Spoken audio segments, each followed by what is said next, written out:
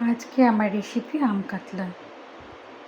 দারুণ যোগিনী বাণী রে, হৃদয় তৃষা হানি রে, হানি দারুণ যোগিনী বাণী রে।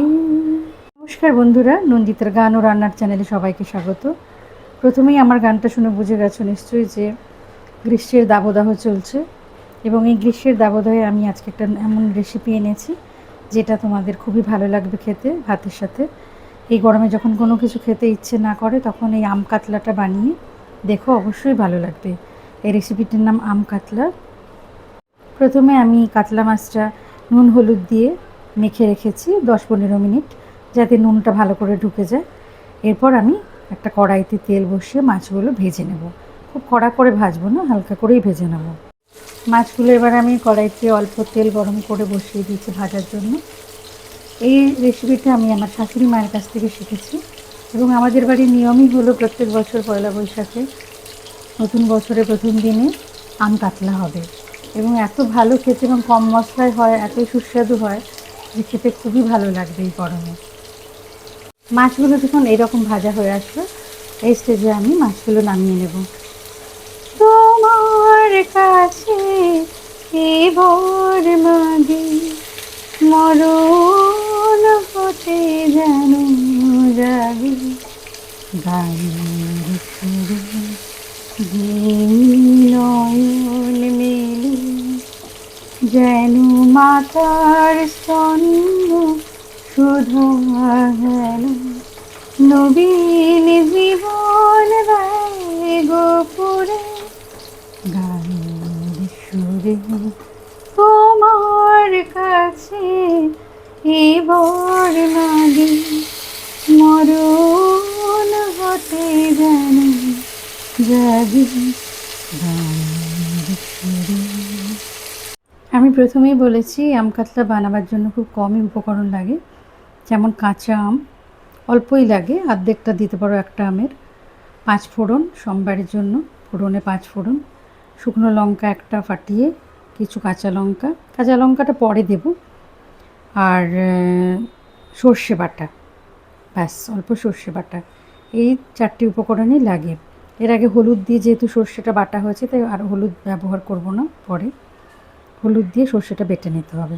সাদা সর্ষে হলেই ভালো হয়। বড় আশা করে এসেছি গো কাছে দেখিল, ফিরায়ু না জননী, বড় আশা করে এসেছি গো কাছে দেখিল। কড়াইতে তেল গরম হয়ে গেছে, এবং আমি একটা শুকনো লঙ্কা ফাটিয়ে দিয়ে দিলাম। তার সাথে সাথে অল্প করে 5 ফোড়নও দিয়ে দিলাম। 5 ফোড়নটা যে ভাজা ভাজা হয়ে আসবে, তখন আমি আমগুলো দেব।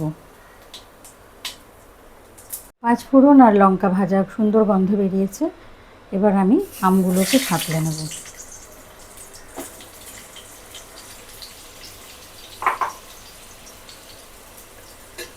দিনহীনে কেহ চাহে না, তুমি তারে রাখিবে জানিব, আর আমি কিছু চাহিলে চরণ তলে বসে থাকিব, আর আমি যে কিছু চাহিলে জননী বলে শুধু ডাকিব, তুমি না রাখিলে গৃহ আর পাইব কোথায়, কেঁদে কেঁদে কোথা বেড়াবো,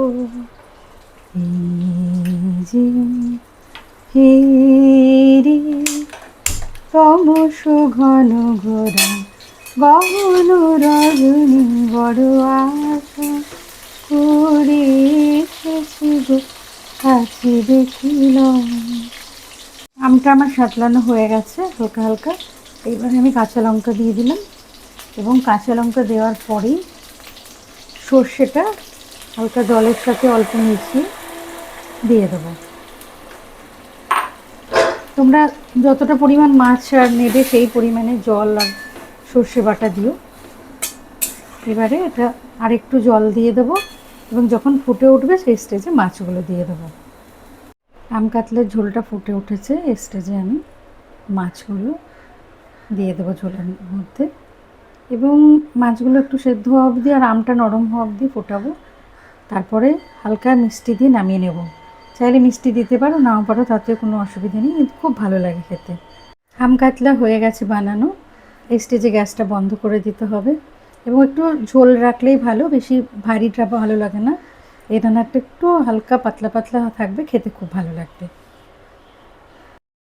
বানানো হয়ে গেছে এবং এই আম কাতলাটা বেশি টক হবে না, হালকা টক থাকবে, আমটা বেশি গলবে না। চাইলে তোমরা হালকা চিনিও দিতে পারো, না দিলেও চলবে। অবশ্যই বানিয়ে দেখো কেমন লাগলো এবং আমায় জানিও।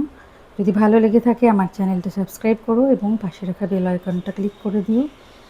সবাইকে ধন্যবাদ।